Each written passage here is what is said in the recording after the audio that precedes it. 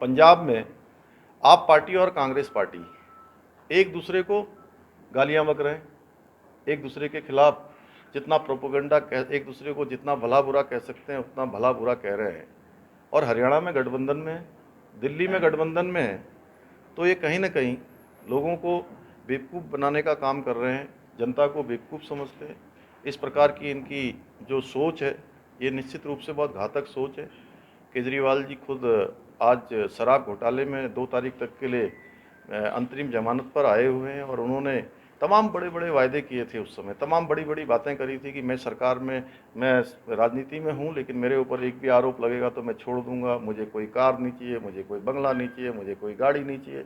आज जिस प्रकार से आपने देखा होगा उनके घर में ही जो है कितने रुपए लग गए, आप सबकी जानकारी में है। किस प्रकार से आज उनके यहाँ पर मारपीट हो रही है। कल ही जो है स्वाति उनके साथ जिस प्रकार से मारपीट हुई है, क्योंकि सबको पता है केजरीवाल जी फिर से जेल जाएंगे और उनके ऊपर आरोप सिद्ध होते ही उनको सज़ा हो जाएगी, उनको मुख्यमंत्री की कुर्सी छोड़नी पड़ेगी। तो वहाँ कई दावेदार मुख्यमंत्री के पैदा हो गए हैं, इसलिए वहाँ पर इस प्रकार की बातें हो रही हैं। और ये जो गठबंधन बना है, ये गठबंधन कोई सरकार बनाने का गठबंधन नहीं है, क्योंकि पूरे देश के अंदर पूरा पश्चिम, उत्तर, दक्षिण, कश्मीर से लेकर कन्याकुमारी, अटक से लेकर कटक तक आज लोग मोदी जी को प्रधानमंत्री बनाना चाहते हैं। उसके लिए लोग आगे बढ़ चढ़कर इस चुनाव को अपने हाथों में ले रहे हैं और इनको भी पता है कि हमारी सरकार नहीं बनने वाली है। आप देखिए कि कांग्रेस पार्टी के युवराज जिस प्रकार से अपनी परंपरागत सीट छोड़कर अमेठी, जो उनकी परंपरागत सीट होती थी, उस सीट पर उन्होंने पर्चा दाखिल करना, वहाँ से चुनाव लड़ना, वो हिम्मत नहीं कर पाए। ये इस बात का प्रमाण है कि उन्होंने हार मान ली है और पूरी पार्टी उनकी जो है कोई मनोबल उस पार्टी का नहीं है। दक्षिण के राज्यों में भी इस बार उनका जनाधार घट रहा है, वहाँ भी भाजपा का जनाधार बढ़ रहा है। इसलिए ये गठबंधन सरकार बनाने का नहीं है, ये गठबंधन अपने परिवारों को बचाने का गठबंधन है। ये गठबंधन अपनी पार्टियों का अस्तित्व बचाने का गठबंधन है। ये गठबंधन इनके भ्रष्टाचार और घोटालों को छुपाने का गठबंधन है। ये गठबंधन तुष्टीकरण की राजनीति करके उसी एक वोट बैंक को आगे बढ़ाना और वोट लेने का गठबंधन है, जिसका काम कांग्रेस पार्टी देश की आज़ादी से लेकर आज तक करती रही है। देखिए, राम मंदिर कभी भी राजनीति का विषय नहीं रहा है।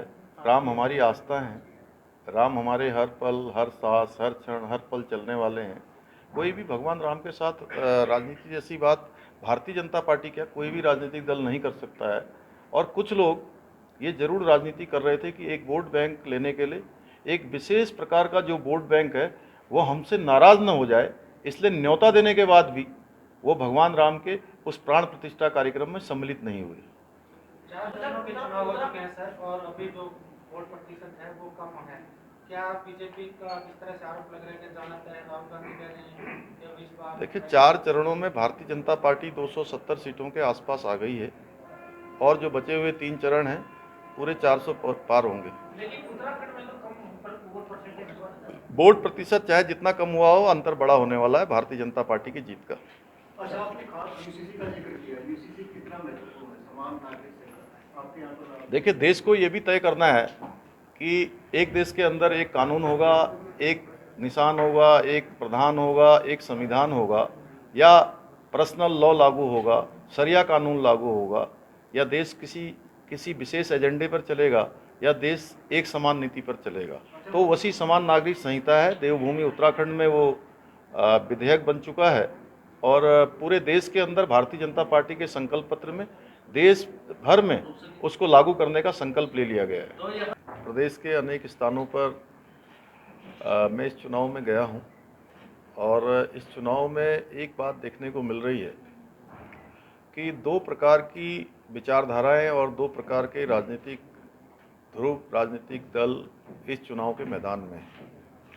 एक तरफ मोदी जी के नेतृत्व में एनडीए और भाजपा जो देश को प्रथम मानकर काम करने वाले दल हैं। मोदी जी पूरे देश को अपना परिवार मानकर काम कर रहे हैं और पिछले 10 सालों में एक पल भी रुके बिना, कहीं पर भी विश्राम किए बिना, प्रत्येक पल और प्रत्येक क्षण उन्होंने देशवासियों के लिए लगाया है, अपने पारिवारिक जनों के लिए लगाया है, क्योंकि वो पूरे देश को अपना परिवार मानते हैं। और इन 10 सालों में भारत का मान सम्मान, स्वाभिमान, पहचान पूरी दुनिया के अंदर बढ़ी है।